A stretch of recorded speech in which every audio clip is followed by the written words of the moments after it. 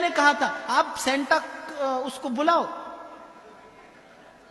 हाँ आप खूब बुलाओ, और उसकी झोली में से कुछ आपको मिलता हो, अपनी झोली भर लो आप। मैं तो नहीं बुलाऊंगा। It might sound partial but yes I am. मुझे अपने धर्म के प्रति आदर भी है और मेरा धर्म परिपूर्ण है, मुझे इसकी निष्ठा और विश्वास भी है। मुझे किसी अन्य द्वार पर जाने की आवश्यकता नहीं है। आपको जाना हो आप जाइए, पर विचार मत छोड़िए। गीता में भगवान कहते हैं अपने धर्म में भिक्षुक होकर मर जाना अच्छा है कि किसी और के धर्म में आप सम्राट होकर मरे।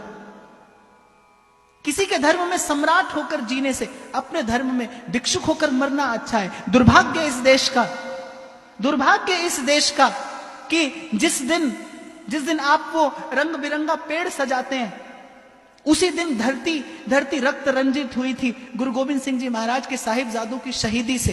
एक भी भारतवासी उस शहादत को प्रणाम निवेदन करना भूल गया, एक भी भारतवासी। किसी कवि की पंक्तियां हैं, बड़ी सुंदर बात मुझे लगी। उसने कहा सरहिंद की जिन दीवारों में साहिबजादों का जिस्म जड़ा है।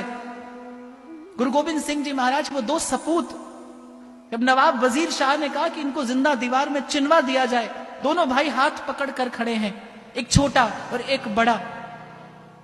वो घटना मैं याद करता हूं तो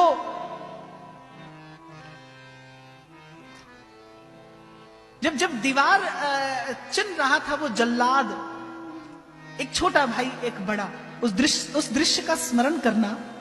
और छोटे भाई के मुख पर जब दीवार आई तो बड़े भाई की आंख से आंसू गिरा, और छोटा भाई पूछता है कि बड़े होकर भी आप रोते हैं? तो बड़े भैया क्या उत्तर देते हैं कि इसलिए नहीं रोता, रोता इसलिए हूं कि तेरी शहीदी मुझसे पहले हो रही है जबकि तू मुझसे छोटा है। तेरी शहादत मुझसे पहले हो रही है क्योंकि तू मुझसे छोटा है। इस प्रकार के बलिदान पर सरहिंद की जिन दीवारों में साहिबजादों का जिस्म जड़ा है, सच पूछिए ऐसी ही बस किसी नींव पर सत्य सनातन धर्म खड़ा है। आप भूल गए। इसीलिए मैंने कहा व्यासपीठ का काम है जगाना। मैं तो डंडा बजाकर कहूंगा जागते रहो, और इस भाव से कहूंगा हो सकता है कोई एक जग जाए।